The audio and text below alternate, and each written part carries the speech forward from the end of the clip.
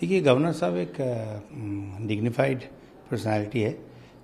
उन्होंने जो टीएमसी के जो सांसद जो इस तरीके की भाषा यूज़ करने के लिए मशहूर है, उनकी जो उन्होंने जो भी इल्ज़ाम लगाया है वो सरेआम झूठ है।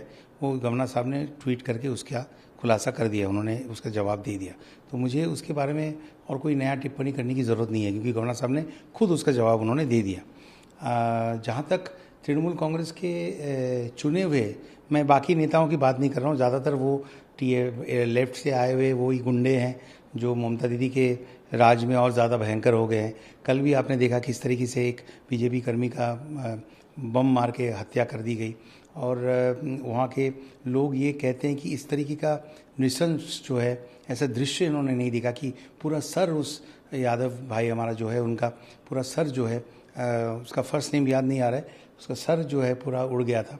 तो as a custodian of the constitution, law and order situation को लेके गवर्नर साहब तो बोलेंगे, और बिल्कुल कह रहे हैं, उनका हक है, कॉन्स्टिट्यूशन उनको वो दायित्व देती है।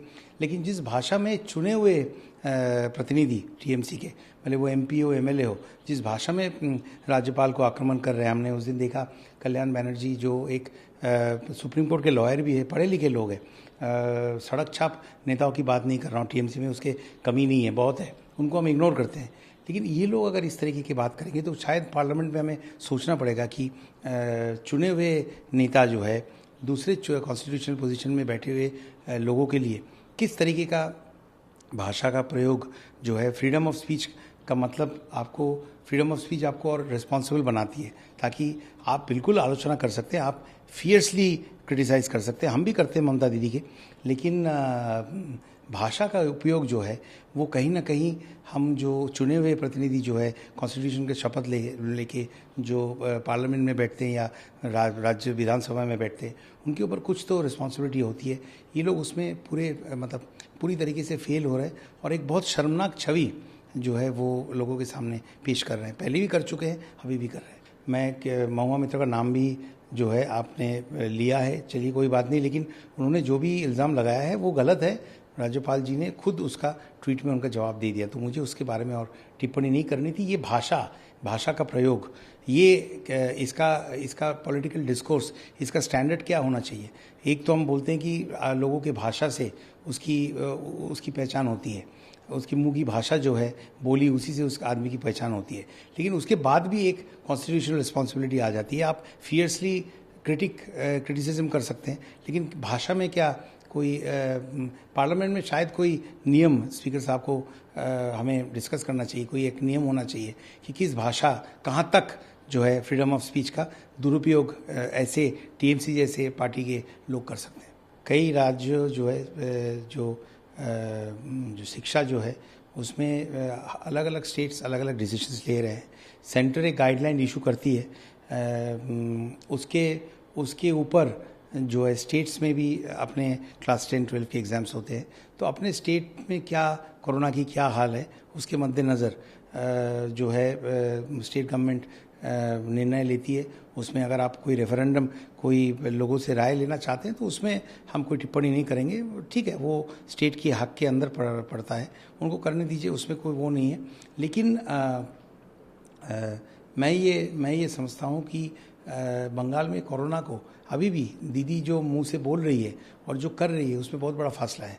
बर्नपुर में, मेरे कॉन्स्टिट्यूंसी में, सेल की तरफ से धर्मेंद्र प्रधान जी के साथ बात करके उन्होंने बहुत ही क्या कहूँ, बहुत ही इंस्पायरिंग तरीके से 15-20 दिन के अंदर एक स्कूल में हमने 50 बेड का एक सेफ होम हमने बनाया। उसमें 8 आईसीयू बेड्स भी है, वेंटिलेटर्स भी है, लेकिन आज 20 दिन से वो खाली पड़ा हुआ है, उसको चालू ही नहीं किया राज्य सरकार में, ये कहते हुए कि कोरोना के पेशेंट्स उतने नहीं हैं। और जो हकीकत ये है कि एक प्राइवेट, क्योंकि टेट में टीचर्स के नियोग जैसे हुए नहीं, वैसे डॉक्टर्स की भी नियोग बंगाल में हुए नहीं है कई सालों से, तो उसकी कमी हर जगह में है बंगाल में।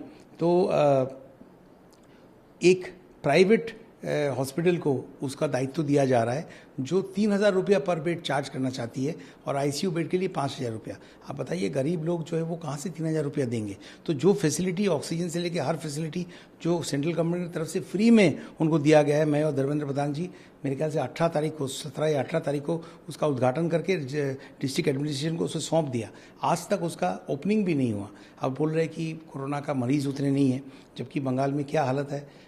पूरे देश में जो है कोरोना को लेके जितने बेड्स हों कम है इस वक्त, और थर्ड वेव का भी एक हमें एप्रीहेंशन है, ऐसा लग रहा है कि थर्ड एक वेव आ सकती है। तो इस स्थिति में खड़े होके 20 दिन से एक सेफ होम और इतनी खूबसूरत सारे फैसिलिटीज़ के साथ खाली पड़ा हुआ है, ये अपने आप में दर्शाती है कि ममता बनर्जी क्या बोलती है और क्या करती है और बंगाल में हेल्थ का एक्चुअल सिचुएशन क्या है।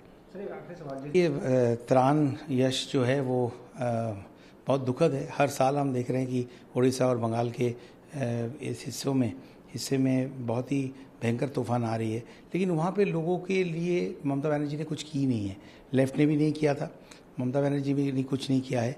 प्रधानमंत्री आवास योजना के पैसे से अगर लोगों के छत बन जाते तो भी इतना नुकसान नहीं होता, छत उड़ नहीं जाते।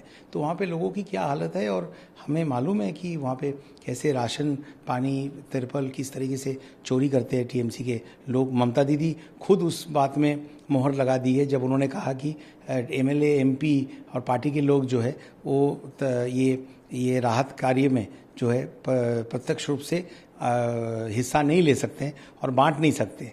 यानी कि उन्होंने मान लिया है कि ये चोरी होती है, लेकिन वो आज भी हो रहा है। तिरपल जो छतरी जो आए हैं वो टीएमसी नेता के गार्डन में आपको दिखेंगे। ये तो बंगाल की परंपरा बना दी है दीदी, और उनके छत्रछाया में उनके निगरानी में ये सारी चीज़ें होती है। तो एक साइड में ये आफत आना और लोगों का तकलीफ एक साइड में वो है, दूसरे टाइप में जो है कि साइड में ये है कि राजनीति करना और कोई भी चीज़ में केंद्र को दोषी ठहराना। तो अभी कहीं ऐसा ना हो जाए कि ये तूफान जो आ रहा है इसके लिए भी कहीं एनवायरनमेंट मिनिस्ट्री या केंद्र सरकार को दोष ना देते। ममता बनर्जी सब कुछ कर सकती है, क्योंकि अभी भी वो तृणमूल के चीफ मिनिस्टर है, अपने जगह पे तो हार चुकी है। तो तृणमूल कांग्रेस के विधायकों ने उनको अपना नेता चुना है और उसी वजह से वो मुख्यमंत्री है। तो अभी तक तृणमूल कांग्रेस की नेत्री रहे हैं और उसीलिए बीजेपी कार्यकर्ता के ऊपर हमले भी हो रहे हैं और डिस्क्रिमिनेशन भी हो रहा है। आपने देखा एक राशन का एक लिस्ट आया है, निर्मला सीतारमण जी भी उसको ट्वीट किया है कि इन लोग बीजेपी करते हैं, इनको राशन ना दिया जाए। तो ये भी हम देख रहे हैं। तो अभी तक ममता दीदी तो तृणमूल की नेत्री हमेशा रहे हैं, मुख्यमंत्री कभी बंगाल की हो नहीं पाए हैं। इतने पॉलिटिकल किलिंग्स हुए, कोई भी इसके ऊपर कार्रवाई नहीं हुई है। कल भी हुआ है और आगे जाके ऐसी घटनाएं जब घटेगी तो वहाँ के कॉन्स्टिट्यूशन के जो कस्टोडियन है जगदीप धनखड़ जी, हमारे माननीय गवर्नर साहब, वो तो बिल्कुल बोलेंगे, लेकिन उनके बोलने के उनको जवाब देते वक्त आप फिर से मैं बोल रहा हूँ, आप कड़ी शब्दों का इस्तेमाल कर सकते हैं, लेकिन क्या वो शब्द अशोभनीय हो? क्या वो शब्द सुन के सामने वाला वो क्रिंज करे कि ये चुने हुए एमपी एमएलए किस तरीके का भाषा का उपयोग कर रहे हैं? इसके बारे में टीएमसी को सोचना चाहिए, उनको अपने आईने में अपने आप को देखना चाहिए।